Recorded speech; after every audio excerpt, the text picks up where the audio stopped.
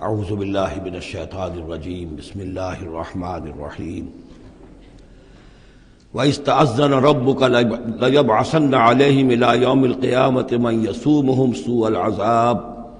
إِنَّ رَبَّكَ لَسَرِيعُ الْعِقَابِ وَإِنَّهُ لَغَفُورٌ رَحِيمٌ صدق اللہ العظیم۔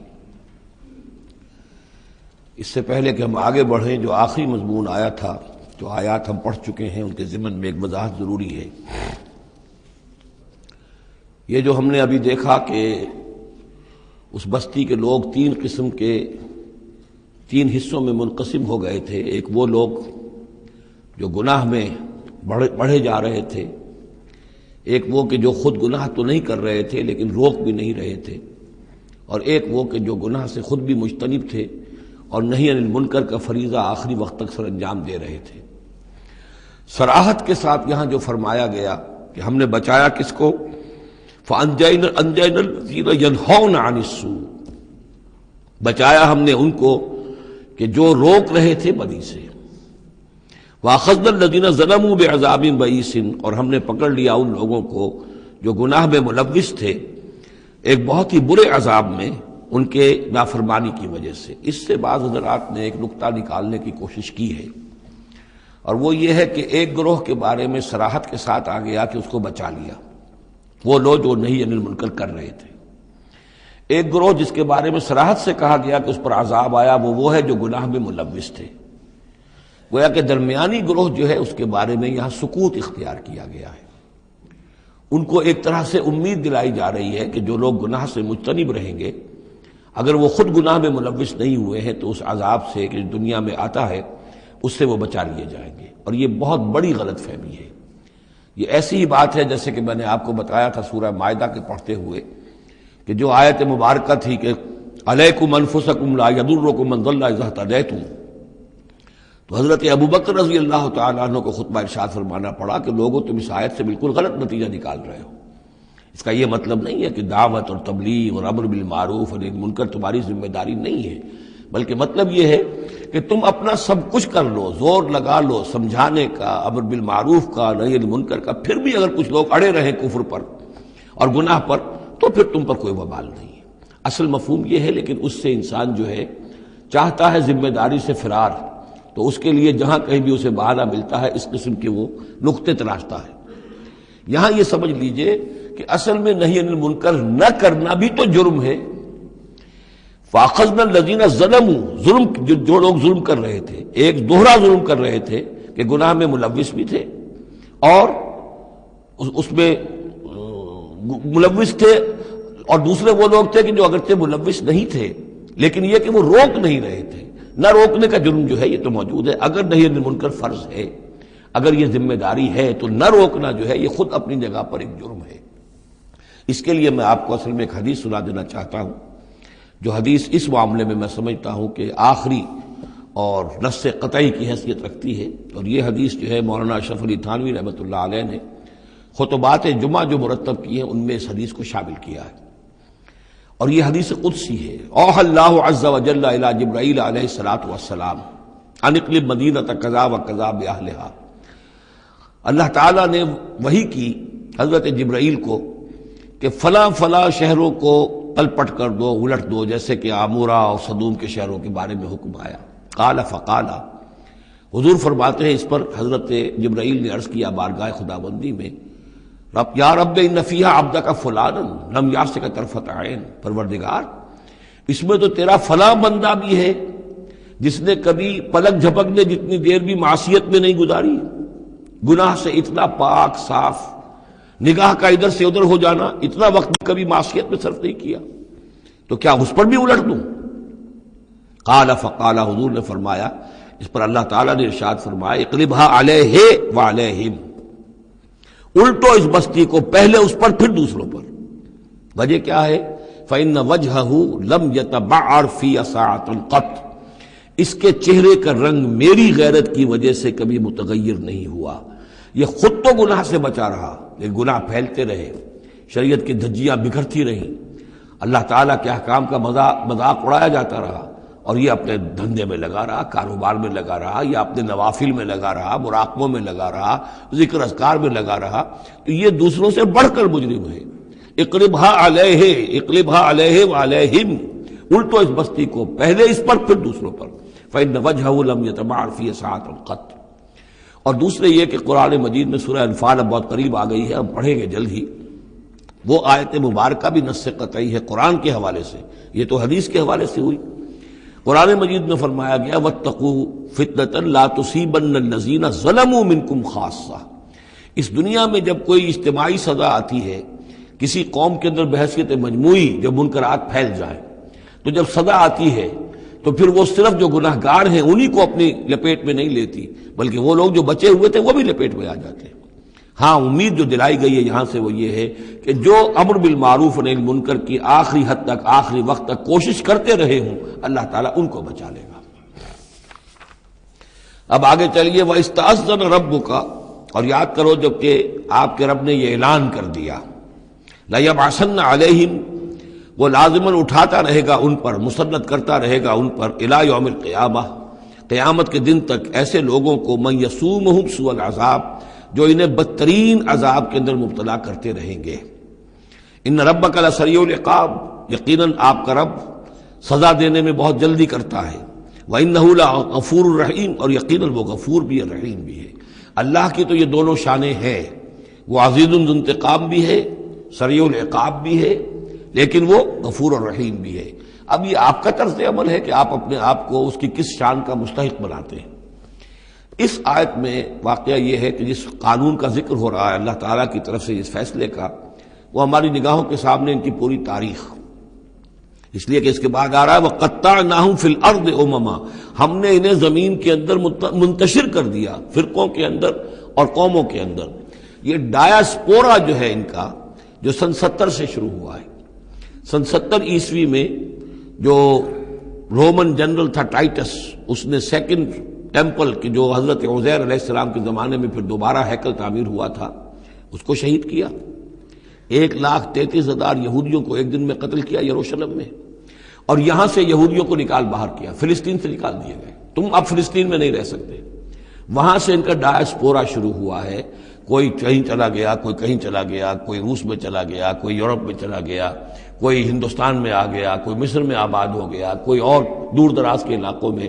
پھر جب یہ امریکہ دریافت ہوا ہے تو یہ امریکہ بھی چلے گئے، وہاں بھی جا کر آباد ہو گئے۔ تو یہ ان کا ڈایاسپورا کا پیریڈ ہے کہ جس میں یہ گویا کہ منتشر کر دیے گئے پوری زمین کے اندر،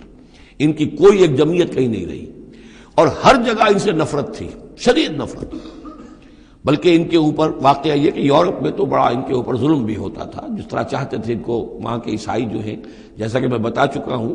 کہ ان کو معلوم تھا کہ یہ جو جن کو ہم خدا مانتے ہیں حضرت عیسیٰ علیہ السلام، ان کو سولی پر چڑھوایا انہوں نے،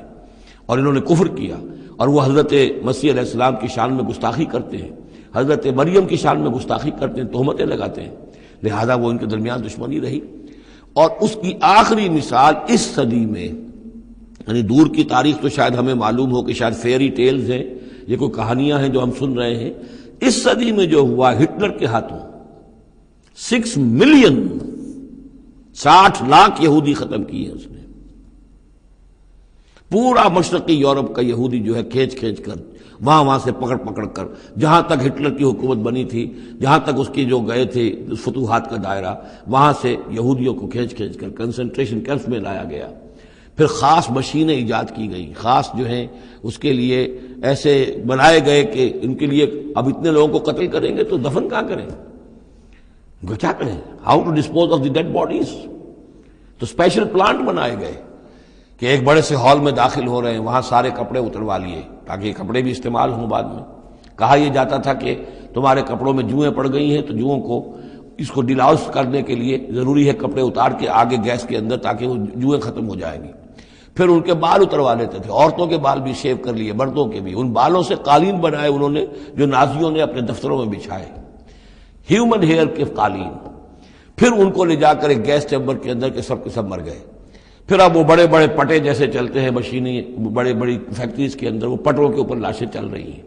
پھر ان کا چورا ہو رہا ہے، جیسے کہ کہیں جو ہے وہ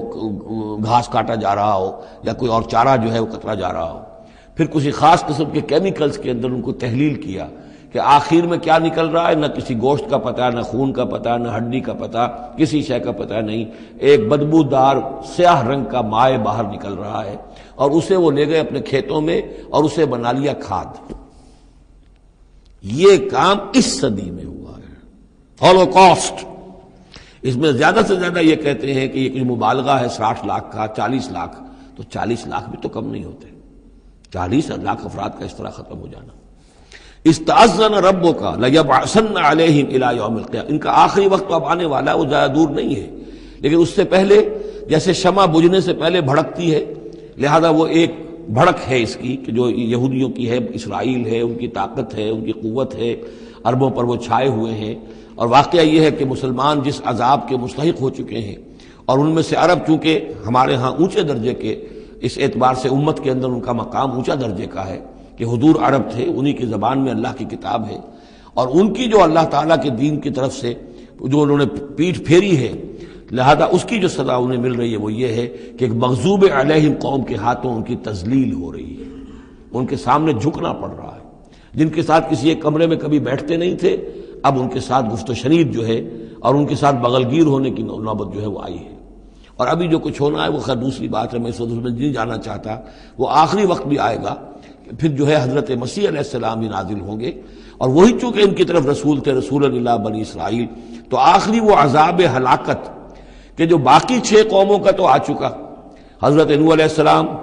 حضرت نوح کے سامنے بیٹا جو ہے وہ غرق ہوا کہ نہیں ہوا، حضرت ہود، حضرت صالح، ان سب کے سامنے جو ہے ان کی قومیں ہلاک ہوئیں، تو اب حضرت مسیح کو اٹھا لیا گیا تھا، وہی آئیں گے اور انہی کے ہاتھوں یہ اپنے کیفر کردار کو پہنچیں گے اور ان کا ایک ایک بچہ ختم ہوگا۔ لیکن اس سے پہلے ان کے ہاتھوں مسلمانوں پر اللہ کے عذاب کے بڑے کوڑے برسیں گے۔ To add insult to injury, کہ ایک یہودی قوم کے ہاتھوں، مغضوب علیہم قوم کے ہاتھوں پٹائی ہوگی، اور جو ہو رہی ہے، لیکن یہ کہ ابھی شدید تر صورت میں اس کا شروع ہونے والا ہے معاملہ۔ کوئی دنوں کی بات ہے کہ مسجد اقصی شہید کر دی جائے گی، اور پھر ایک طوفان جو ہے مڈل ایسٹ میں شروع ہو جائے گا۔ وَإِسْتَأْذَنَ رَبُّكَ لَيَبْعَثَنَّ عَلَيْهِمْ إِلَىٰ يَوْمِ الْقِيَامَةِ مَن يَسُومُهُمْ سُوءَ الْعَذَابِ، یاد کرو جب کہ آپ کے رب نے یہ اعلان کر دیا تھا کہ وہ لازماً اٹھاتا رہے گا، مسلط کرتا رہے گا ان پر قیامت تک ایسے لوگوں کو جو انہیں بدترین عذاب میں مبتلا کرتے رہیں گے۔ إِنَّ رَبَّكَ لَسَرِيعُ الْعِقَابِ وَإِنَّهُ لَغَفُورٌ رَحِيمٌ۔ وَقَطَّعْنَاهُمْ فِي الْأَرْضِ، ہم نے متفرق کر دیا ان کو زمین میں، امماً، فرقے بن گئے، علیحدہ جماعتیں بن گئیں، اور اب ان کے جھگڑے ہو رہے ہیں مختلف علاقوں سے، جو لوگ آ کر اسرائیل میں آباد ہو رہے ہیں۔ اب ظاہر بات ہے سینکڑوں برس تک کچھ یہودی جو ہیں روس میں رہے، ان کے اپنے کچھ مزاج اور بن گئے ہیں، ان کی شکلوں کے اندر بھی تبدیلی ہو گئی ہے، ان کی زبان بھی کچھ مختلف ہے، تو اب یہ اسرائیل کے اندر ان کے مابین تصادم ہوتا ہے۔ منہم الصالحون ومنہم دون ذلک، ان میں سے ہے کچھ لوگ جو صالح بھی ہیں، لیکن یہ کہ ان میں وہ بھی ہے کہ جو دوسری طرح کے ہیں اور طرح کے ہیں۔ بلوناہم بالحسنات والسیئات لعلہم یرجعون، ہم انہیں بھلائی سے اور برائی سے آزمائش کرتے رہے شاید کہ یہ لوگ لوٹ آئیں۔ فخلف من بعدہم خلف، لیکن یہ کہ ان کے بعد ایسے ناخلف لوگ ان میں پیدا ہو گئے، ورثوا الکتاب، وہ کتاب کے وارث ہو گئے، وارث بنے، تورات کے وارث بنے۔ یاخذون عرض ھذا الادنی، وہ اس دنیا جو ادنا زندگی ہے، دنیا کی ادنا زندگانی، اسی کے ساتھ و سامان کے پیچھے پڑے رہتے ہیں، حاصل کرتے ہیں حلال سے، حرام سے، جائز سے، ناجائز سے۔ وَيَقُولُونَ سَيُغْفَرُ لَنَا، اور کہتے ہیں ہمیں تو بخش دیا جائے گا، ہم ابراہیم کی نسل سے ہیں، اسرائیل کی اولاد ہیں، we are the chosen people of the Lord، سَيُغْفَرُ لَنَا، ہمیں بخش دیا جائے گا۔ وہیں یاتہم عرض مثلہ یاخذوہ، اگر ایسا ہی اور سامان بھی ان کو دیا جائے اور لے لیں گے، حرام سے یہ نہیں دیکھیں گے کہ حلال سے یا حرام سے۔ الم یؤخذ علیہم میثاق الکتاب، کیا ان سے کتاب کا عہد نہیں لیا گیا تھا؟ جب تورات دی گئی تھی تو عہد لیا گیا تھا، اللہ یقول علی اللہ الا الحق، کہ نہیں منسوب کریں گے اللہ کی طرف کوئی بات مگر حق، ودرسوا ما فیہ، اور انہوں نے پڑھا اس کو جو کچھ کہ اس میں تھا، والدار الآخرۃ خیر للذین یتقون، اور یقیناً آخرت کا گھر، پچھلا گھر تو بہتر ہے انہی لوگوں کے لیے جنہوں نے تقوی کی روش اختیار کی، فلا تعقلون، تو کیا تم عقل سے کام نہیں لیتے؟ والذین یمسکون بالکتاب واقاموا الصلاۃ، اور رہے وہ لوگ کہ جو کتاب کو مضبوطی کے ساتھ جنہوں نے تھاما، تمسک کیا کتاب کے ساتھ، اور اقاموا الصلاۃ، نماز قائم کی، انا لا نضیع اجر المصلحین، ایسے مصلحین کا اجر ہم ضائع نہیں کریں گے۔ بات ہے کہ کوئی نہ کوئی لوگ تو ان کے اندر اچھے رہے، آخری وقت تک بھی رہے۔ وَإِذْ نَتَقْنَا الْجَبَلَ فَوْقَهُمْ، اور یاد کرو جب کہ ہم نے پہاڑ کو ان کے اوپر اٹھا دیا تھا، كَأَنَّهُ ذُلَّةٌ، ایسے ہو گیا تھا جیسے سائبان ہو، وَظَنُّوا أَنَّهُ واقع بِهِمْ، اور انہیں یقین ہو گیا تھا کہ ابھی ہم پر گرا کہ گرا، خُذُوا مَا آتَيْنَاكُمْ بِقُوَّةٍ، اور ہم نے اس وقت کہا تھا کہ تھامو اس کو مضبوطی کے ساتھ جو ہم نے تمہیں دیا ہے، اس کتاب کو مضبوطی سے تھامو، اس کو پوری قوت کے ساتھ اپنی اس کا تمسک کرو، وَاذْكُرُوا مَا فِيهِ لَعَلَّكُمْ تَتَّقُونَ، اور جو کچھ اس میں ہے اس کو یاد رکھو، مستحضر رکھو، تاکہ تم بچتے رہو اور تمہارے اندر تقویٰ کی روش پیدا ہو جائے۔ اب جو یہ بقیہ حصہ ہے 3 رکوع سورہ مبارکہ کے، اس میں بعض بڑے اہم مضامین آ رہے ہیں دین کے فلسفے کے اعتبار سے۔ وَإِذْ أَخَذَ رَبُّكَ مِن بَنِي آدَمَ مِن ظُهُورِهِمْ ذُرِّيَّتَهُمْ، اور یاد کرو جب کہ نکالے اللہ نے، آپ کے رب نے، تمام بنی آدم کی پیٹھوں سے ان کی نسل کو۔ اب یہ کہ یہ اصل میں تو معاملہ ہو رہا ہے عالم الارواح میں، جبکہ ابھی جسد پیدا ہی نہیں ہوئے تھے، لیکن 2 ہی شکلیں ہو سکتی تھی، یا تو لوگوں کو یہ ساری بات پہلے بتائی گئی ہوتی، عالم ارواح ہے، پہلی تخلیق یہ ہے، دوسری تخلیق یہ ہے، عالم ارواح میں یہ قول و قرار دیا گیا۔ عرب کے جو اولین مخاطب تھے حضور صلی اللہ علیہ وسلم کے اور قرآن کے، چونکہ ان کے لیے یہ چیزیں ان کی اس وقت کی استعداد کے اعتبار سے بھاری تھیں، قرآن مجید نے عام فہم الفاظ استعمال کیے۔ جب ہم نے نسل آدم کی تمام ان کی پیٹھوں سے ذریت کو نکال لیا، یعنی یہ کہ جتنے بھی انسان آنے والے تھے دنیا میں، ان سب کی ارواح جو ہیں وہ وہاں موجود تھیں۔ وَإِذْ أَخَذَ رَبُّكَ مِن بَنِي آدَمَ مِن ظُهُورِهِمْ ذُرِّيَّتَهُمْ وَأَشْهَدَهُمْ عَلَىٰ أَنفُسِهِمْ، اور ان کو گواہ بنایا اپنے اوپر، اچھی طرح سوچ سمجھ کر۔ اقرار جو ہوتا ہے جس کو ہم کہتے ہیں میں بقائمی ہوش و حواس یہ اقرار کر رہا ہوں، تو پوری طرح ہوش و حواس میں سیلف کانشسنس، یہ میں آپ کو بتا چکا ہوں، ہمارے اندر جو سیلف کانشسنس ہے، خود شعوری، وہ ہے ہی ہماری روح کی بنیاد پر۔ حیوانات میں بھی شعور تو ہے، کانشسنس تو ہے، سیلف کانشسنس نہیں ہے، خود شعوری نہیں ہے۔ تو یہ خود شعوری کا منبع جو ہے در حقیقت وہ روح ہے۔ تو وہ ارواح موجود تھی، انہیں اپنی ذات کا شعور تھا۔ اشہدہم علی انفسہم، انہیں اپنی ذات کے اوپر خود گواہ بنا کر پھر سوال کیا، الستو بربکم، کیا میں تمہارا رب نہیں ہوں، تمہارا مالک، تمہارا آقا؟ قالوا بلا، وہ کہیں گے کیوں نہیں، شہیدنا، ہم اس پر اقرار کرتے ہیں، ہم گواہ ہیں۔ اب یہاں نوٹ کیجئے، جیسے کہ اس سے پہلے آیا تھا سورہ مائدہ میں کہ اہل کتاب تمہارے پاس ہمارا بشیر اور نذیر آ گیا، مبادا تم یہ کہو کہ ہمارے پاس کوئی بشیر اور نذیر نہیں آیا۔ وہ گویا کہ اتمام حجت تھی اہل کتاب پر۔ سورہ انعام میں آ چکا ہے کہ مبادا تم یہ کہو کہ کتابیں تو دی گئی تھی ہم سے پہلے 2 گروہوں کو، ہم تو جانتے نہیں تھے، عبرانی زبان کی کتاب نہیں پڑھتے تھے، وہ اتمام حجت تھا بنی اسماعیل پر کہ اب تمہارے اندر ہم نے اپنا ایک رسول بھیج دیا صلی اللہ علیہ وسلم، یہ کتاب آ گئی ہے۔ اب تم یہ نہیں کہہ سکتے کہ وہ تو ہم سے پہلے 2 گروہوں پر نازل کی گئی تھی، ہاں اگر ہم پر کہیں نازل کی گئی ہوتی تو ہم ان دونوں سے بڑھ کر بہت زیادہ جو ہے اس سے فائدہ اٹھاتے اور حق پر ہوتے۔ اب یہ جو گواہی ہے یہ آ رہی ہے پوری نوع انسانی، جس کے حوالے سے میں نے آپ کو بتایا تھا کہ وہ عہد کہ جو ہر روح انسانی اللہ کے ساتھ کر کے آئی ہے، کوئی نبی نہ آتا، کوئی کتاب نہ آتی، تب بھی یہ عہد بنیاد ہے مؤاخذہ اخروی کی، محاسبہ، accountability, the grand accountability of the day of judgement, اس کا بیسس جو ہے وہ یہ ہے، بنیادی بات یہ ہے، بنیادی حجت یہ ہے۔ نبوت سے، کتابوں سے، وحی سے، یہ تو اتمام حجت ہوا ہے، اضافی شے ہے۔ اللہ نے امتحان کو اور آسان کر دیا نوع انسانی کے لیے، لیکن بنیادی حجت جس کی بنا پر ہر انسان رسپانسبل ہے، اکاؤنٹیبل ہے، وہ یہ عہد ہے۔ ان تقولوا یوم القیامت انا کنا عن ھذا غافلین، مبادا تم کہو قیامت کے دن کہ ہم تو اس سے غافل تھے۔ او تقولوا انما اشرک آباؤنا من قبل، یا تم یہ کہو، یہ پلی لے لو کہ ہمارے آباء و اجداد تھے، انہوں نے شرک کیا تھا، وَكُنَّا ذُرِّيَّةً مِّن بَعْدِهِمْ، ہم ان کے بعد ان کی نسل میں سے تھے، ہم ان کے راستے پر چلتے رہے، لہذا اصل جرم تو ان کا ہے، ہمارا نہیں۔ افتہلکنا بما فعل المبطلون، تو کیا پروردگار تو ہمیں ہلاک کرے گا ان لوگوں کے فعل کی وجہ سے کہ جنہوں نے یہ باطل ایجاد کیا تھا؟ ایجاد تو انہوں نے کیا تھا، ہم تو موجد نہیں ہیں، ہم تو ان کے مقلد تھے، متبع تھے۔ وَكَذَلِكَ نُفَصِّلُ الْآيَاتِ وَلَعَلَّهُمْ يَرْجِعُونَ، اور اسی طریقے سے ہم اپنی آیات کو تفصیل سے بیان کر دیتے ہیں تاکہ وہ لوٹیں، شاید کہ وہ لوٹیں، سوچیں، غور کریں، رجوع کریں۔ اب ایک واقعہ آ رہا ہے ایک شخصیت کا، اور اس کی تمثیل کے پیرائے میں، ویسے تو یہ واقعہ ہے، یہ صرف کوئی تشبیہ نہیں ہے، لیکن یہ کہ اس کو تمثیلاً لائے ہیں۔ افراد اور اقوام کا کوئی معاملہ ایسا بھی ہوتا ہے کہ کسی قوم کو یا کسی فرد کو اللہ نے کوئی بہت اونچا مقام دیا ہو، بہت اس پر اکرام فرمایا ہو، بہت انعام کیا ہو، لیکن پھر یہ کہ وہ اپنی کسی ایک ہی خباثت کی وجہ سے اور کسی ایک بڑی غلطی جو ہے گراوٹ کی وجہ سے وہ اپنی تمام ان فضیلتوں سے محروم ہو جائے اور بالکل شیطان کا چیلا بن کر رہ جائے۔ وَاتْلُ عَلَيْهِمْ نَبَأَ الَّذِي آتَيْنَاهُ آيَاتِنَا، یہ بلعام بن باورہ، اس کی تفصیل جو ہے تورات میں ہے۔ یہ ایک اسرائیلی تھا، بہت نیک، عابد، زاہد، عالم، تورات کا بہت بڑا عالم، عابد اور زاہد، اور لوگ جو ہیں اس کی بہت عزت کرتے تھے، احترام کرتے تھے، اور یہ اللہ میں سے تھا۔ وَاتْلُ عَلَيْهِمْ نَبَأَ الَّذِي آتَيْنَاهُ آيَاتِنَا، نبأ ہے اس لیے یہ واقعہ ہے، یہ صرف مثال نہیں ہے۔ ان کو سنائیے خبر اس شخص کی جس کو ہم نے اپنی آیات عطا کی تھی۔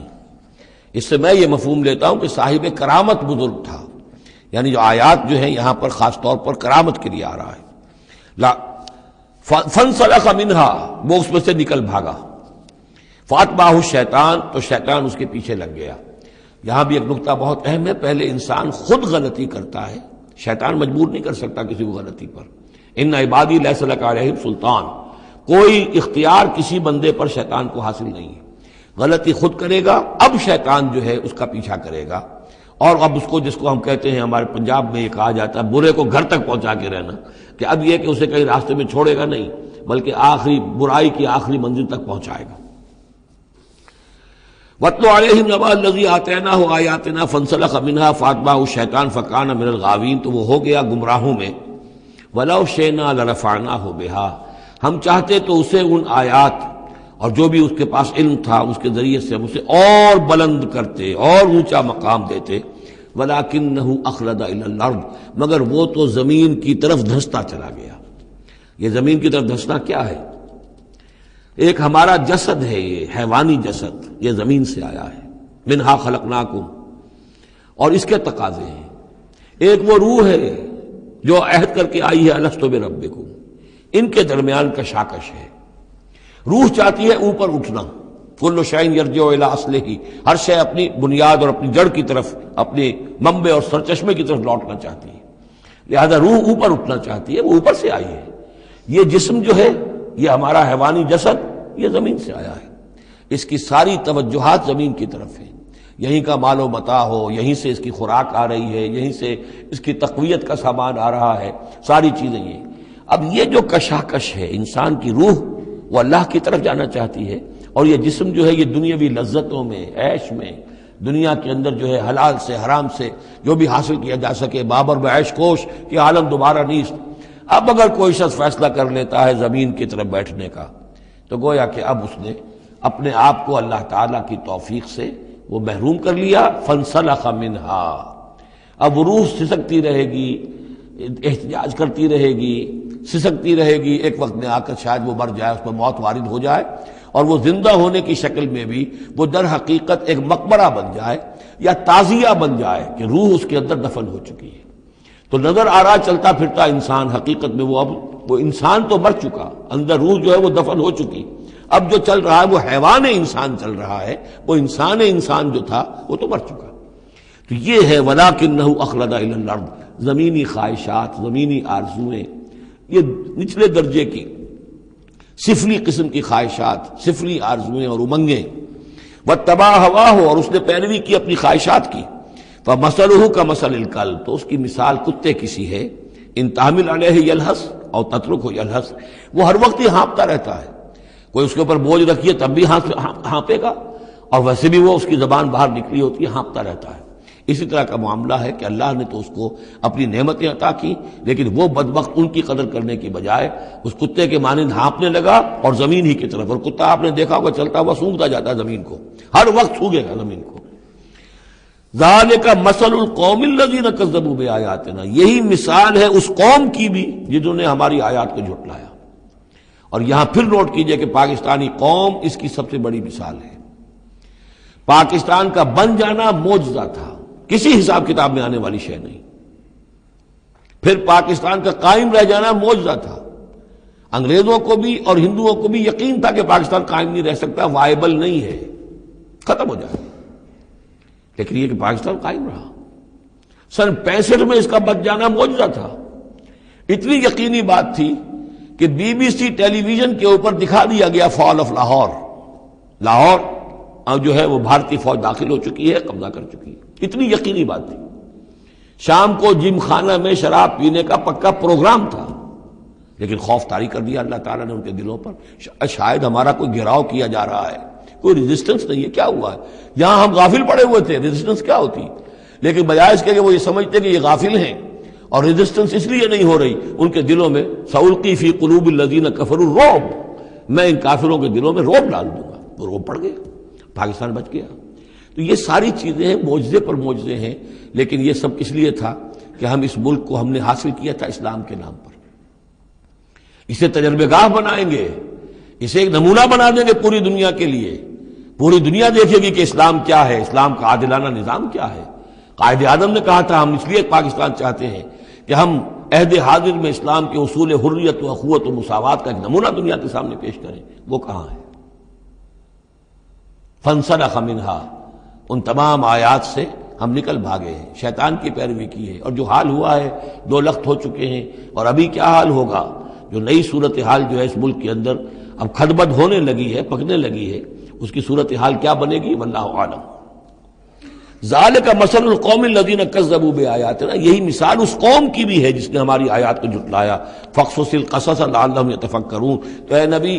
آپ یہ چیزیں سنا دیجئے، شاید یہ تفکر کریں، شاید کہ یہ غور کریں، آپ یہ باتیں ہماری سنا دیجئے۔ سا مثلا القوم الذین کذبوا بآیاتنا، بری ہے مثال اس قوم کی جنہوں نے ہماری آیات کو جھٹلایا، وانفسہم کانوا یظلمون، اور وہ خود اپنی جانوں کے اوپر ظلم ڈھاتے رہے۔ من یہد اللہ فہو المہتدی، جسے اللہ ہدایت دیتا ہے وہی ہدایت یافتہ ہوتا ہے۔ ومن یضلل فاولئک هم الخاسرون، اور جس کی گمراہی کے اوپر اللہ تعالیٰ کی طرف سے مہر قائم ہو جائے تو وہ تو تباہ ہونے والے ہی ہیں۔ وَلَقَدْ ذَرَأْنَا لِجَهَنَّمَ كَثِيرًا مِنَ الْجِنِّ، اب یہ تیسری بات آ گئی حکمت قرآنی کی۔ دیکھیے پہلے وہ عہد الست جو عالم ارواح میں ہم نے کیا تھا،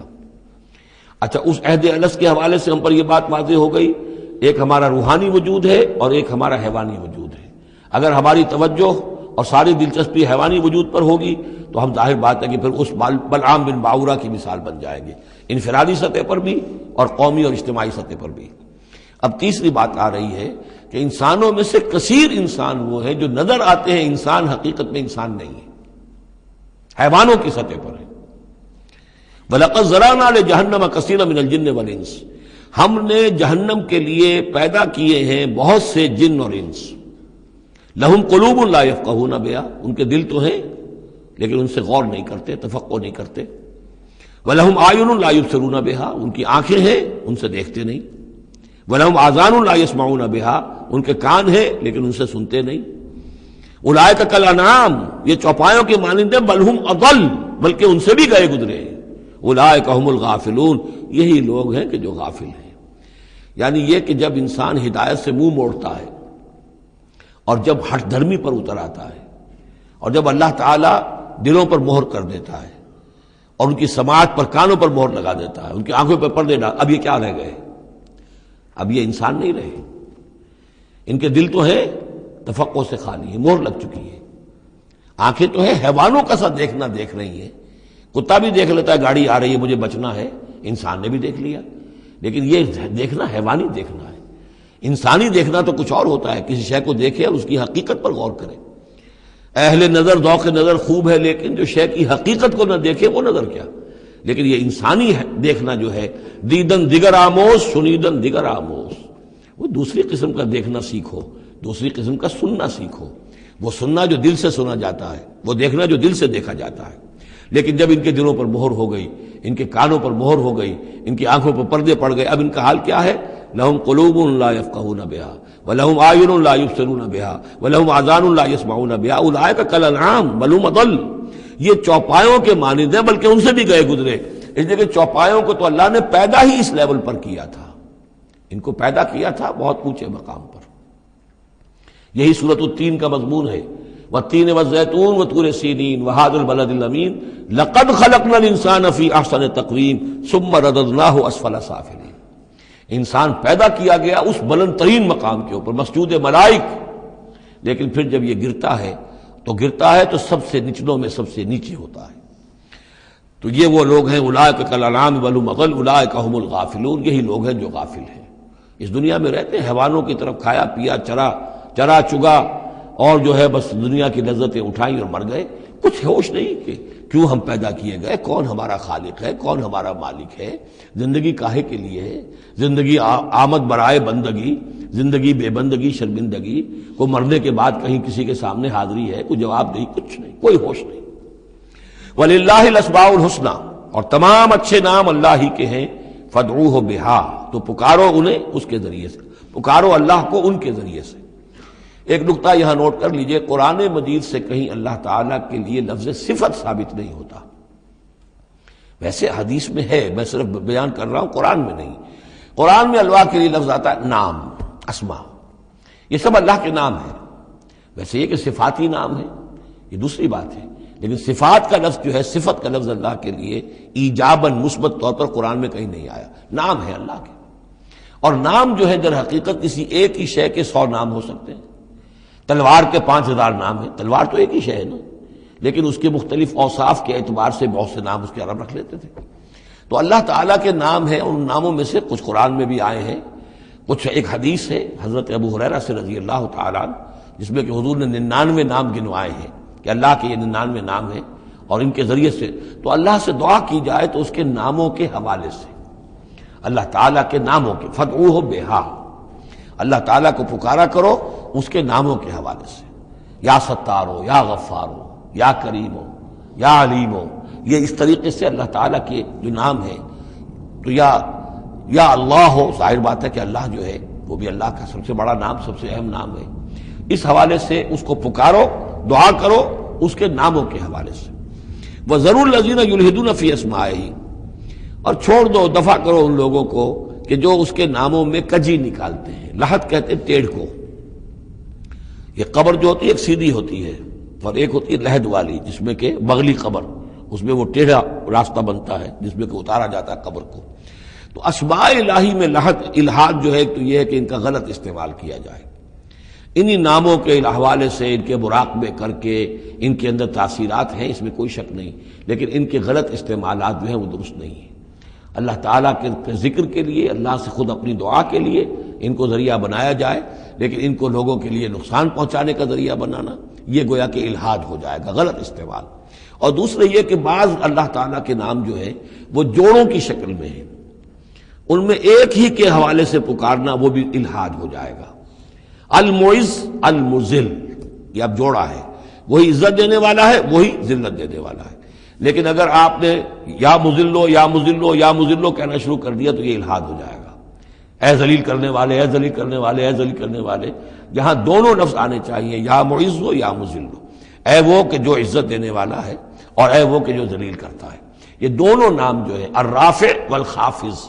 ایک وہ ہے کہ جو اٹھانے والا ہے، اونچا کرنے والا ہے اور نیچے گرانے والا ہے، وہ الخافض بھی ہے، الرافع بھی ہے، المعز بھی ہے، المذل بھی ہے، المحیی بھی ہے، الممیت بھی ہے، زندہ رکھنے والا بھی ہے، موت وارد کرنے والا بھی ہے۔ تو یہ جو جوڑوں کے نام ہیں ان کو ساتھ ساتھ ہی ہمیشہ رکھنا چاہیے۔ ذروا الذین یلحدون فی اسمائہ سیجزون ما کانوا یعملون، القریب وہ بدلہ پائیں گے اپنے اعمال کا۔ وممن خلقنا امۃ یہدون بالحق وبہ یعدلون، اور جو انسان ہم نے پیدا کیے ہیں ان میں یقیناً ہر دور میں کچھ لوگ رہے ہیں، ایسی جماعتیں رہی ہیں، اور جیسے کہ حضور نے ضمانت دی ہے کہ میری امت میں ایک طبقہ، ایک جماعت، ایک گروہ ضرور، لا تزال فی امتی طائفۃ قائمین علی الحق، حق پر قائم رہے گی۔ تو فرمایا وہ یہدون بالحق، جو حق کی ہدایت بھی دیتے رہیں گے، اور بہی یعدلون، اور حق ہی کے ساتھ عدل بھی کرتے رہیں گے۔ والذین کذبوا بآیاتنا سنستدرجهم من حیث لا يعلمون، باقی رہے وہ لوگ کہ جو ہماری آیات کی تکذیب کرتے ہیں، تم رفتہ رفتہ سہج سہج ان کو لے آئیں گے وہاں سے جہاں انہیں پتہ بھی نہیں ہوگا۔ استدراج اسے کہتے ہیں کہ ایک شخص کفر کے راستے میں بڑھتا جا رہا ہے، لیکن اس کی کامیابیاں دنیا میں بڑھتی جا رہی ہیں، وہ اور بڑھ رہا ہے اور بڑھ رہا ہے، وہ سمجھ رہا ہے اللہ کا فضل ہو رہا ہے مجھ پر، حالانکہ اصل میں اللہ تعالیٰ نے اس کی رسی دراز کی ہے تاکہ اور گناہ جو اس نے کمانے ہیں وہ کما لے۔ اس کو استدراج کہتے ہیں، اور یہ بہت بڑا فتنہ ہے۔ بسا اوقات ایک انسان غلط راستے پر چل رہا ہے، لیکن وہ اس استدراج کی وجہ سے یہ سمجھ بیٹھتا میں صحیح راستے پر ہوں، تبھی تو اللہ کی رحمت آ رہی ہے، تبھی تو مجھے کامیابی مل رہی ہے، قدم قدم پر جو ہے کامیابی میری قدم بوسی کر رہی ہے۔ نہیں، یہ استدراج ہے۔ والذین کذبوا بآیاتنا سنستدرجهم من حیث لا یعلمون، ہم آہستہ آہستہ انہیں پکڑ لیں گے جہاں سے انہیں پتہ بھی نہیں ہوگا۔ وَأُمْلِي لَهُمْ، آپ ان کو ڈھیل دیں گے، ان کیدی متین، میری چال بہت مضبوط ہے۔ جب وہ مچھلی جو ہے کانٹا اس کی حلق میں اب پھنس چکا ہے، اب اس کی ڈور جو ہے آپ ڈھیل کرتے رہیے، کوئی حرج نہیں، ان کیدی متین کہیں جانے والی نہیں ہے۔ اولم یتفکروا، کیا یہ لوگ تفکر نہیں کرتے، غور و فکر نہیں کرتے، ما بصاحبہم من جنہ، ان کے جو ساتھی ہیں یعنی محمد صلی اللہ علیہ وسلم، انہیں کوئی جنون نہیں ہے، کوئی جن ان پر نہیں آ گیا ہے۔ یہ بھی وہی انداز ہے، سرچنگ کوسچن، کہ ذرا غور کرو، کبھی تم نے سوچا ہے، کہہ تو دیتے ہو تم، کبھی سوچا ہے یہ محمد صلی اللہ علیہ وسلم جو تمہاری نگاہوں کے سامنے ہے، ان کی سیرت، ان کا کردار، ان کی شخصیت، ان کی طہارت، ان کی صفائی، نظافت، یہ چیزیں ایسی ہیں کہ جن کے بارے میں کوئی شخص یہ کہہ سکے کہ ان پر کوئی جن آ گیا ہے یا ان کا کوئی دماغی توازن ٹھیک نہیں رہا۔ ما بصاحبہم من جنہ، کوئی ان کو جنون نہیں ہے، کوئی جن ان کے اوپر نہیں آ گیا، ان ہوا الا نذیر مبین، نہیں ہے یہ مگر ایک واضح طور پر خبردار کر دینے والے۔ اولم ينظروا فی ملکوت السماوات والارض وما خلق اللہ من شیء، اور کیا یہ لوگ غور و فکر نہیں کرتے آسمانوں اور زمین کی سلطنت میں اور جو اللہ تعالیٰ نے چیزیں بنائی ہیں، وان عسى ان يكون قد اقترب اجلهم، اور کیا انہیں یہ گمان نہیں ہے، ہو سکتا ہے کہ ان کی مہلت ختم ہوا چاہتی ہو، ان کی اجل، لکل امت اجل، ہر قوم کے لیے ایک اجل معین ہے، تو تم کیسے نچنت ہو گئے ہو سکتا ہے کہ تمہاری وہ اجل اب قریب آ چکی ہو۔ ان یکون قد اقترب اجلهم فبأي حدیث بعدہ یؤمنون، تو اب اس کے بعد اور کس شے پر، کس بات پر یہ ایمان لائیں گے؟ من یضلل اللہ فلا ہادی لہ، جس کو اللہ گمراہ کر دے گا یا جس کی گمراہی پر اللہ کی طرف سے مہر تصدیق ثبت ہو جائے گی، اب اسے کوئی ہدایت دینے والا نہیں۔ وَيَذَرُهُمْ فِي طُغْيَانِهِمْ يَعْمَهُونَ، اور وہ چھوڑ دے گا ان کو ان کی سرکشی میں اندھے ہو کر آگے بڑھتے ہوئے۔ یسألونک عن الساعة ایان مرساها، اے نبی آپ سے پوچھتے ہیں یہ قیامت کب آئے گی، آپ ہمیں بہت ڈراتے رہتے ہیں قیامت قیامت قیامت کب آئے گی، کب لنگر انداز ہوگی۔ قل انما علمها عند ربی، کہہ دیجئے اس کا علم تو میرے رب کے پاس ہے۔ لا یجلیها لوقتها الا هو، نہیں روشن کرے گا اسے اس کے وقت پر مگر خود وہ، اس کا وقت سوائے اللہ کے کسی کے علم میں نہیں، کسی فرشتے کے علم میں نہیں ہے، کسی کے علم میں نہیں ہے، وہی ہے لا یجلیها لوقتها، اپنے اس وقت معین کے اوپر خود ہی اسے روشن کرے گا۔ ثقلت فی السماوات والارض، ویسے وہ آسمانوں اور زمین ہی کے اندر اٹھی ہوئی ہے، حمل اسی کے اندر ہے اس کا، یعنی یوں سمجھیے کہ ہر شے کے اندر جو تخلیق کی گئی ہے اس کی فنا بھی اسی شے میں موجود ہے۔ ہر تخلیق جو ہے اس کی ایک اجل مسمى ہے، تو گویا کہ اس کی موت اس کے ساتھ ہی ہے، ہم اپنی موت اپنے ساتھ لیے پھر رہے ہیں۔ اسی طرح یہ کائنات جو ہے جس کی تخلیق کی گئی ہے، یہ گویا کہ وہ جو جیسے کسی کا حمل ہوتا ہے، عورت کا وہ حمل لیے پھر رہی ہو، اسی طریقے سے یہ کائنات اپنی اس قیامت کو اٹھائے پھر رہی ہے۔ ثقلت فی السماوات والارض لا تأتیکم الا بغتۃ، لیکن نہیں آئے گی تم پر مگر اچانک۔ یسألونک کأنک حفی عنہا، اے نبی آپ سے تو یہ اس طرح پوچھتے ہیں گویا کہ آپ اس کی کھوج میں لگے ہوئے ہیں، آپ کو یہی فکر دامنگیر ہے قیامت کب آئے گی، حالانکہ آپ کا اس سے کوئی سروکار نہیں، یہ ہمارا معاملہ ہے۔ قل انما علمها عند اللہ، کہہ دیجئے اس کا علم تو صرف اللہ کے پاس ہے، ولکن اکثر الناس لا يعلمون، لیکن اکثر لوگ علم نہیں رکھتے۔ قل لا املک لنفسی نفعا ولا ضرا، کہہ دیجئے مجھے کوئی اختیار نہیں ہے خود اپنی جان کے بارے میں بھی، نہ کسی نفع کا اور نہ ضرر کا، الا ما شاء اللہ، سوائے اس کے کہ جو اللہ چاہے۔ ولو كنت عالم الغیب لاستكثرت من الخیر، اور اگر مجھے علم غیب حاصل ہوتا تو میں تو بہت سا خیر جمع کر لیتا، میرے پاس علم غیب نہیں ہے۔ یہ جیسا کہ ہم پہلے پڑھ چکے سورہ نام میں، کہہ دیجئے میں نہ تم سے یہ کہتا ہوں کہ میں فرشتہ ہوں، نہ میں یہ کہتا ہوں کہ میرے پاس علم غیب ہے، نہ میں یہ کہتا ہوں کہ میرے پاس اللہ کے خزانے جو ہیں وہ میرے قبضہ قدرت میں ہیں، کچھ بھی نہیں۔ وَلَوْ كُنْتُ عَالَمُ الْغَيْبِ، اگر غیب کا علم میرے پاس ہوتا لَاسْتَكْثَرْتُ مِنَ الْخَيْرِ، تو میں نے بہت سا خیر جمع کر لیا ہوتا۔ وَمَا مَسَّنِيَ السُّوءُ، اور مجھے کوئی تکلیف آتی ہی نہ۔ ان انا الا نذیر وبشیر لقوم یؤمنون،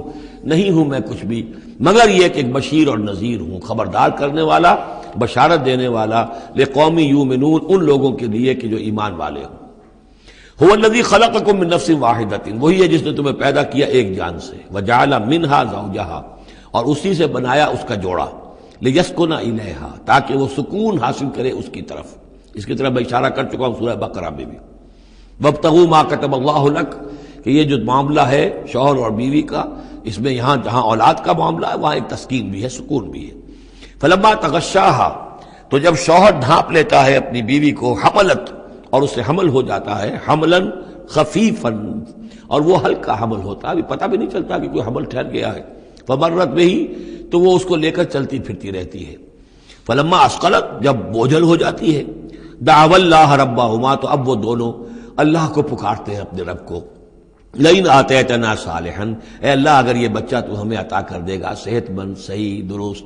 ہر نک سکھ سے صحیح ہو، اس کے تمام اعضاء درست ہوں. لئن آتیتنا صالحا لنکونن من الشاکرین، تو ہم بڑا شکر ادا کریں گے، بڑا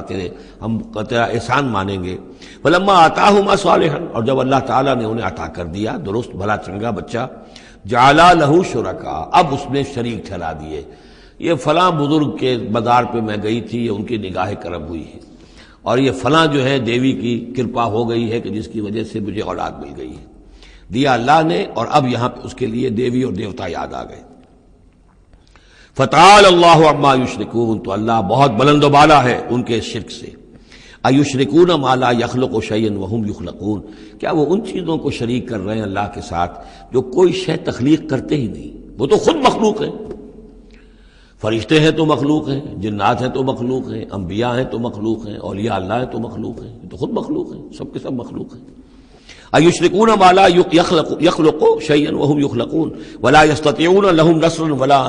ولا انفسهم ینصرون، نہ وہ ان کی مدد کر سکتے ہیں نہ وہ اپنی مدد پر قادر ہیں، وہ تو سب کے سب جو ہے اللہ کے بندے ہیں. ان تدعوهم الى الہدی، اب یہاں پر تدریجاً بات لائی جا رہی ہے ان کو کہ جو ان کے اصل جو ڈیٹیز ان کی ہیں، وہ تو سمجھتے ہیں دیویاں ہیں، دیوتا ہیں، وہ تو اوپر ہیں، وہ تو انویزیبل ہیں، ہم نے ان کے نام پر یہ بت تراش لیے ہیں. تو چاہے رادھا کرشنن ہو، چاہے کوئی اور فلسفی ہو، وہ کہے گا یہ کہ ہم ان بتوں کو نہیں پوج رہے، ہم بھی جانتے ہیں یہ پتھر ہے، پتھر کے سوائے میں کیا ہے،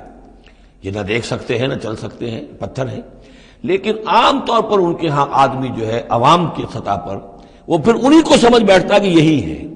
اور چومتا ہے، چاٹتا ہے، جو بھی کرتا ہے، ان کا دھون پیتا ہے، ان کے سامنے ڈنڈوت کرتا ہے، ان کے سامنے جو ہے حلوے مانڈے پیش کرتا ہے. تو عوامی سطح پر ذہن میں یہی آ جاتا ہے کہ یہی ہیں معبود جن کو کہ ہم پوج رہے ہیں، اور انہی کے اندر قدرت ہے ہماری مشکل کشائی کی.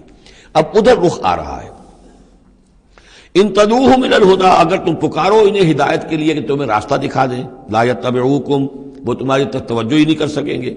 سواء علیکم ادعوتموہم ام انتم صامتون، برابر ہے تم پر کہ تم انہیں پکارو یا خاموش رہو.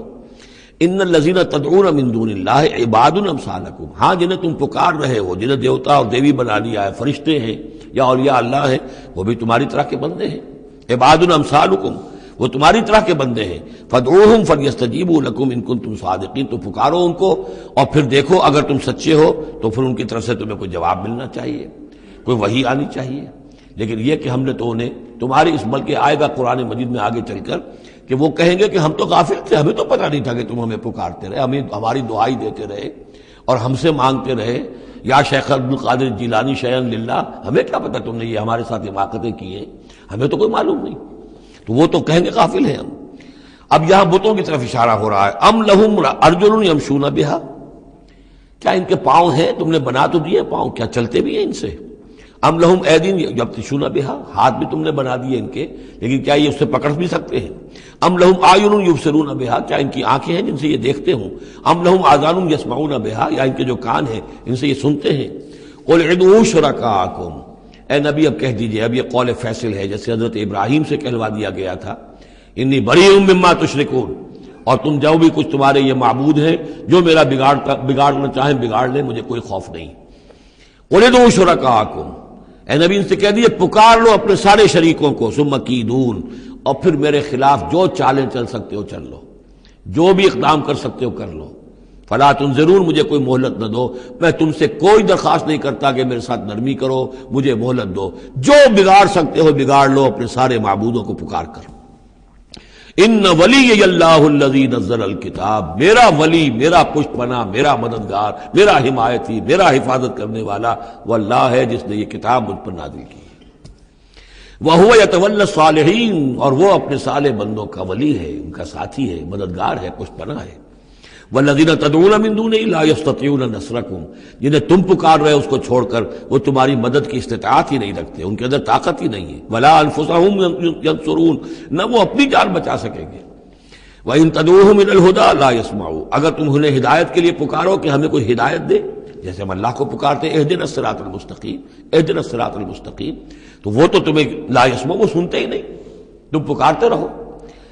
وَتَرَاهُمْ يَنظُرُونَ إِلَيْكَ وَهُمْ لَا يُبْصِرُونَ، اور تم سمجھتے ہو کہ وہ تمہیں دیکھ رہے ہیں جبکہ وہ دیکھتے ہی نہیں۔ خُذِ الْعَفْوَ وَأْمُرْ بِالْعُرْفِ، اے نبی صلی اللہ علیہ وسلم، ابھی آخر میں پھر حضور سے خطاب، یہ اکثر مکی صورتوں میں ہوتا ہے، اختتام پر حضور سے التفات۔ خُذِ الْعَفْوَ، اے نبی عفو کو، درگزر کو تھام لیجئے، یعنی آپ ان سے زیادہ بحث میں، ان سے زیادہ کسی تلخی میں، کسی اس طرح کے معاملے میں الجھیے نہیں، معاف کیجئے، چھوڑیے ان کو، دفع کیجئے۔ خُذِ الْعَفْوَ وَأْمُرْ بِالْمَعْرُوفِ، اور بھلی بات کا حکم دیتے رہیے، جو بھی اچھی بات ہے اس کی طرف دعوت دیتے رہیے، آپ کا کام ہے دعوت دینا۔ وَأَعْرِضْ عَنِ الْجَاهِلِينَ، اور جو آپ سے الجھنا چاہیں ان سے اعراض کیجئے، خام خواہ، جیسے کہ آگے آئے گا سورہ فرقان میں، وَإِذَا خَاطَبَهُمُ الْجَاهِلُونَ قَالُوا سَلَامًا، جب جاہل الجھنا چاہتے ہیں ان عباد الرحمن سے، وہ کہتے ہیں سلام، ہم آپ سے لا نبتغی الجاہلین، ہم جاہلوں کے سر نہیں لگنا چاہتے، منہ نہیں آنا چاہتے۔ تو فرمایا آپ یہ تین الفاظ آئے ہیں، خذ العفو، یہ ایک داعی کے لیے بڑی بنیادی چیزیں ہیں، معاف کرتے رہنا، درگزر کرتے رہنا۔ وَأَمُرْ بِالْمَعْرُوفِ وَبِالْعُرْفِ، اور بھلی بات کا، اچھی بات کا حکم دیتے رہنا۔ وَأَعْرِضْ عَنِ الْجَاهِلِينَ، اور جو الجھنا چاہیں، جاہل ہوں، جو جذباتی لوگ ہیں، مشتعل مزاج ہیں، ان سے اعراض۔ وَإِمَّا يَنزَغَنَّكَ مِنَ الشَّيْطَانِ نَزْغٌ، اور اگر کبھی کوئی چھوت لگ ہی جائے آپ کو شیطان کی طرف سے، نزع کھینچ لینا، نزغ مس کر جانا، چھو جانا، چھوت، عین اور غین کا یہ فرق ہو گیا، یعنی یہ کہ کبھی آپ کو غصہ آئی جائے، آخر ظاہر بات ہے بربنائے طب بشری، کبھی غصہ آئی جاتا ہے، آخر آئی گیا تھا حضور کو غزوہ احد میں، کیف یہدی اللہ قوما خضبوا وجہ نبیہم بالدم، کیسے اللہ ہدایت دے گا اس قوم کو جس نے اپنے نبی کے چہرے کو خون سے رنگ دیا، غصہ آ گیا تھا۔ لیس لک من الامر، اے نبی آپ کے ہاتھ میں اختیار نہیں ہے، ہدایت اور ضلالت کا اختیار ہمارے ہاتھ میں ہے۔ اسی طریقے سے اے نبی اگر کبھی غصہ آ جائے، فرمایا وَإِمَّا يَنزَغَنَّكَ مِنَ الشَّيْطَانِ نَزْغٌ فَاسْتَعِذْ بِاللَّهِ، فوراً اللہ کی پناہ طلب کرو، إِنَّهُ سَمِيعٌ عَلِيمٌ، اور یہ پھر آگے چل کر حامیم السجدہ میں بھی یہ آیت آئے گی، إِنَّهُ هُوَ السَّمِيعُ الْعَلِيمُ، یقیناً وہی ہے سب کچھ سننے والا اور سب کچھ جاننے والا۔ إِنَّ الَّذِينَ اتَّقَوْا إِذَا مَسَّهُمْ طَائِفٌ مِّنَ الشَّيْطَانِ تَذَكَّرُوا، اور یہی روش ہے تقوی والوں کی، جن لوگوں کے اندر تقوی ہوتا ہے، جب ان پر کوئی گزر ہو جاتا ہے شیطان کے کسی سائے کا، اذا مسہم طائف من الشیطان، شیطان کا کوئی ان کے اوپر گزر ہو گیا، کوئی سایہ پڑ گیا، تذکروا، فوراً وہ چوکنے ہو جاتے ہیں، فوراً ہوش میں آ جاتے ہیں کہ یہ کیا ہوا، ہم پر کچھ اثر پڑ گیا تھا، کچھ عارضی طور پر کچھ غفلت سے طاری ہو گئی تھی، جیسے کہ خود حضور فرماتے ہیں صلی اللہ علیہ وسلم، انہ لیغان علی قلبی، میرے دل پر بھی کبھی کبھی حجاب سا آ جاتا ہے، وَإِنِّي لَأَسْتَغْفِرُ اللَّهَ 70 مرة فی کل یوم، اور میں روزانہ 70 مرتبہ اللہ سے استغفار کرتا ہوں۔ لیکن یہ سمجھ لیجئے کہ ہمارے دل کے اوپر حجاب وہ بہت اور شے ہے، اور حضور کے قلب مبارک پر حجاب، آپ کے قلب مبارک کا حجاب جو ہے وہ ہماری 100 حضوریوں، لاکھوں حضوریوں سے بڑھ کر جو ہے وہ حضوری کے درجے میں ہوگا، لیکن جو انٹینسٹی ہے، جو تعلق مع اللہ کی انٹینسٹی ہے، اس میں ذرا سی کمی بھی آ گئی ہے، تو اس سے حضور نے تعبیر کیا کہ میرے بھی دل پر کبھی کبھی حجاب آ جاتا ہے، انہ لیغان علی قلبی، انٹینسٹی تو کم ہو گئی نا، یہ بجلی جس پاور کی ہے ذرا سی کم ہو جائے گی تو ایک دفعہ تو آپ کو محسوس ہوگا اندھیرا ہو گیا، حالانکہ بجلی ہے، روشنی ہے، اندھیرا نہیں ہوا ہے، لیکن اس کی پاور کم ہوئی ہے۔ تو فرمایا کہ انہ لیغان علی قلبی وانی لاستغفر اللہ 70 مرة فی کل یوم۔ ان الذین اتقوا اذا مسهم طائف من الشیطان تذکروا، تو فوراً وہ چوکنے ہو جاتے ہیں، یاد کرتے ہیں، فاذا هم مبصرون، اور ان کی آنکھیں کھل جاتی ہیں، انہیں حقائق نظر آنے لگتے ہیں، وقتی سا جو سایہ پڑ گیا تھا اس سے وہ فوراً نکل آتے ہیں۔ وَإِخْوَانُهُمْ يَمُدُّونَهُمْ، باقی جو شیطانوں کے بھائی ہیں انہیں شیطان گھسیٹ کر لے جاتے ہیں، فی الغی، وہ اس کجی کے اندر وہ گھسیٹتے ہوئے دور تک پہنچاتے ہیں، جیسے بلم بن باورا کو پہنچایا کہ اسے آخری حد تک پہنچا کر دم لیا۔ تو شیطانوں کا جو ولی ہوگا پھر شیطان کا تو اس کے اوپر زور چلے گا، لیکن جو اللہ کے بندے ہیں ان پر تو شیطان کا اختیار ہے ہی نہیں۔ وہ تو یہ کہ جیسے ہی ذرا سا ان کے اوپر کوئی اثر پڑا بھی، کوئی سایہ سا آیا بھی تو فوراً چونک گئے اور اللہ کی طرف متوجہ ہو گئے۔ ثم لا یقصرون، پھر وہ کمی نہیں کرتے، اسے آخری منزل جو ہے گمراہی کی وہاں تک پہنچا کر رہتے ہیں۔ وَإِذَا لَمْ تَأْتِهِمْ بِآیَةٍ، اب دیکھیے یہ عمود ان دونوں صورتوں کا، خاص طور پر انعام کا، آیت لاؤ، نشانی لاؤ، معجزہ دکھاؤ، نبوت منوانا چاہتے ہو، رسالت منوانا چاہتے ہو تو دکھاؤ معجزہ، حصی معجزہ، جیسے موسیٰ کو ملے، جیسے عیسیٰ کو ملے، وغیرہ وغیرہ۔ اب اس کو سم اپ کر رہے ہیں، وَإِذَا لَمْ تَأْتِهِمْ بِآیَةٍ، اے نبی جب آپ ان کے پاس کوئی معجزہ نہیں لائے، قالوا، انہوں نے کہا لولا اجتبیتها، کیوں نہیں کوئی چن کر لے آتے، کہیں سے چھانٹ کر لے آتے، تو اب تمہارا دعویٰ یہ ہے تم اللہ کے رسول ہو، محبوب ہو، تو کیا وجہ ہے، کیوں رہ گئے، کس وجہ سے؟ لولا اجتبیتها، کہیں سے کوئی چھانٹی کر کے، کہیں سے کوشش کر کے لے آتے۔ قل انما اتبع ما یوحى الی، اس زمن میں ایک واقعہ میں نے پڑھا تھا، یہ تفسیر کبیر میں، امام راضی کی تفسیر میں، کہ حضور کے ایک پھپھی زاد بھائی تھے، اگرچہ وہ ایمان نہیں لائے تھے لیکن حضور سے ہمدردی رکھتے تھے، ساتھ رہتے تھے، تعاون کرتے تھے، جہاں کہیں حضور جاتے تھے دل میں نرمی تھی ان کے، اور امید تھی حضور کو کہ حضور ایمان لے آئیں گے۔ لیکن جب آخری معاملہ یہ ہوا کہ جو سرداران قریش تھے انہوں نے گویا کہ ان کے اپنے زوم میں انہوں نے حجت قائم کر دی، اے نبی یہ معجزہ دکھا دو، اے محمد چلو مان لیں گے، چلو یہ نہیں دکھا سکتے یہ دکھا دو، یہ نہیں دکھا سکتے یہ دکھا دو، وہ سب سورہ بنی اسرائیل میں آئے گا۔ تو جب یہ ساری باتیں حضور نے کہا نہیں میرے اختیار میں نہیں ہے، یہ تو اللہ تعالیٰ کا فیصلہ ہے، اللہ جب چاہے گا دکھائے گا، میرے اختیار میں نہیں ہے، تو پھر وہاں سے حضور جب اٹھے سب وہاں تو شور مچ گیا، پھر ظاہر بات ہے کہ وہ تو تالی پٹ گئی ہوگی کہ بس رہ گئے ان کی، اب تو یہ تو ہمارے جو عوام ہیں انہوں نے کہا ہوگا کہ ہمارے سردار تو جیت گئے، اس لیے کہ یہ تو ناکام رہ گئے، انہوں نے تو آخری درجے میں کہہ دیا یہ نہیں دکھا سکتے یہ دکھا دو، یہ نہیں دکھا سکتے یہ دکھا دو، یہ معجزہ نہیں تو یہ دکھا دو، یہ نہیں تو یہ دکھا دو، کوئی بھی نہیں دکھا سکتے۔ تو اس کے بعد جب حضور کے ساتھ وہاں سے حضور دل گرفتہ ہو کر اٹھے اور آئے تو ساتھ وہ پھوپھی زاد بھائی بھی تھا، اس نے کہا کہ محمد آج تو آپ کی قوم نے آپ پر حجت قائم کر دی ہے، اب میں آپ کا ساتھ نہیں دے سکتا۔ یعنی یہ ہے کہ جو اثر پڑتا تھا لوگوں کے اوپر کہ اب تو حجت آپ پر قائم ہے، تو جس کو میں نے کہا تھا سورہ انعام کا وہ مقام کہ ان کان کبر علیک اعراضهم فان استطعت فتبتغي نفقا في الارض او سلما في السماء فتاتيهم بآية، اے نبی اگر آپ پر بہت بھاری گزر رہا ہے، شاق گزر رہا ہے ان کا اعراض، تو اگر آپ میں طاقت ہے تو کہیں زمین میں سرنگ لگا لیجئے، کہیں آسمان پر سیڑھی لگا لیجئے، اور کہیں سے جہاں سے آپ لا سکتے ہو لے آئیے، ہم نہیں دکھائیں گے۔ تو واقعہ یہ ہے کہ انسان اس کو اپنے اوپر طاری کرے، اس صورتحال میں ویژولائز کرے اپنے آپ کو، تو کس قدر ضیق میں اس وقت محمد الرسول اللہ صلی اللہ علیہ وسلم کی شخصیت آ چکی تھی۔ وَإِذَا لَمْ تَأْتِهِمْ بِآیَةٍ، اور جب آپ نہیں لائے ان کے پاس کوئی نشانی، قَالُوا لَوْلَا اجْتَبَیْتَهَا، کیوں نہیں لے آئے کہیں سے؟ قُلْ إِنَّمَا أَتَّبِعُ مَا يُوحَىٰ إِلَيَّ، کہہ دیجئے میری حیثیت تو صرف یہ ہے کہ میں پیروی کر رہا ہوں اس کی کہ جو میری طرف وحی کی جا رہی ہے، اس سے بڑا میں نے دعویٰ نہیں کیا، نہ خدائی کا، نہ کوئی علم غیب کا دعویٰ کیا، نہ میں نے یہ کہا کہ اللہ کے خزانے میرے دستے تصرف میں ہیں، میں نے کوئی دعویٰ نہیں کیا۔ ھذا بصائر من ربکم، اور یہ تمہارے رب کی طرف سے بصیرت افروز باتیں ہیں جو میں تمہارے سامنے پیش کر رہا ہوں، میں خود پیروی کر رہا ہوں اس کی اور تمہارے سامنے پیش کر رہا ہوں۔ وَھدًى وَرَحْمَةٌ لِّقَوْمٍ يُؤْمِنُونَ، اور یہ ہدایت ہے اور رحمت ہے ان لوگوں کے حق میں جو ایمان لانے والے ہیں۔ وَإِذَا قُرِئَ الْقُرْآنُ فَاسْتَمِعُوا لَهُ وَأَنصِتُوا، اور جب قرآن پڑھا جا رہا ہو تو تم اسے پوری توجہ سے سنا کرو۔ سمع یسمع کے معنی سننا، اور استمع یستمع پوری توجہ کے ساتھ، ارتکاز توجہ کے ساتھ سننا، کان لگا کر، کان دھر کر سننا۔ وانصتوا، اور خود خاموش رہا کرو۔ اسی آیت کو دلیل بناتے ہیں وہ حضرات جو یہ سمجھتے ہیں کہ امام کے پیچھے جہری قرات میں پڑھنا نہیں چاہیے،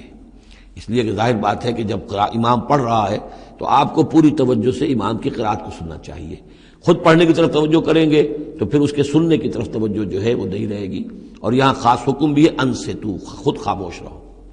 لعلکم ترحمون، تاکہ تم پر رحم کیا جائے. واذکر ربک فی نفسک تضرعا وخیفا ودون الجہر من القول بالغدو والآصال،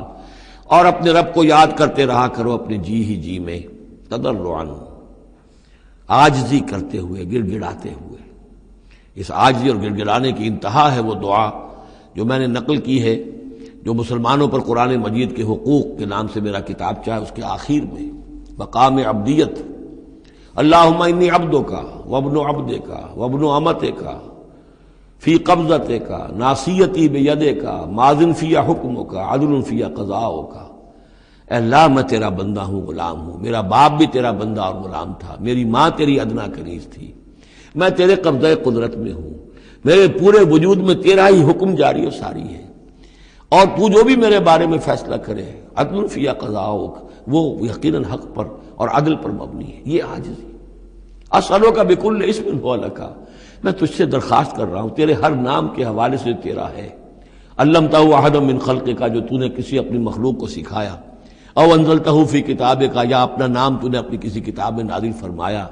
اب استاثرت بہ فی مکنون الغیب عندک، یا اپنے اس نام کو تو نے اپنے پاس ہی غیب میں ہی کہیں چھپا کر رکھا ہوا ہے، خزانہ بنایا ہوا ہے. میں ان تمام ناموں کے حوالوں سے سوال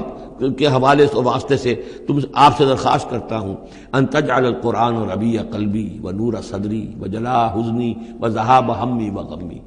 قرآن کو میرے سینے کا نور بنا دے، میرے دل کا سرور بنا دے، میرے تفکرات کا ازالے کا ذریعہ بنا دے، میرے غموں کا اور تفکرات اور جو بھی پریشانیاں ہیں ان کے ازالے کا ذریعہ بنا دے. یہ ہے دعا محمد رسول اللہ کی. اب خاص طور پر چونکہ آیت پہلے آ گئی تھی وَإِذَا قُرِئَ الْقُرْآنُ فَاسْتَمِعُوا لَهُ وَأَنصِتُوا، تو اسی کے حوالے سے یہ دعا جو ہے یہ خاص طور پر جو ہے مسلمانوں پر قرآن مجید کے حقوق اور کیا عظمت قرآن کی ہے کہ اللہ تعالیٰ سے جو سوال کر رہے ہیں حضور کہ قرآن کو التجعل القرآن ربیع قلبی و نور صدری، میرے سینے کا نور، میرے دل کی بہار بنا دے. وَاذْكُرْ رَبَّكَ فِي نَفْسِكَ تَضَرُّعًا وَخِيفًا، اور یاد کرتے رہا کرو اپنے رب کو اپنے جی میں گڑ گڑاتے ہوئے، عاجزی کے ساتھ، اور خیفہ خوف کے ساتھ. دون الجہر من القول، اور بلند آواز سے نہیں، پست آواز سے. لیکن یہ ضرور ہے کہ آدمی دعا مانگے تو ایسے مانگے کہ خود سن لے.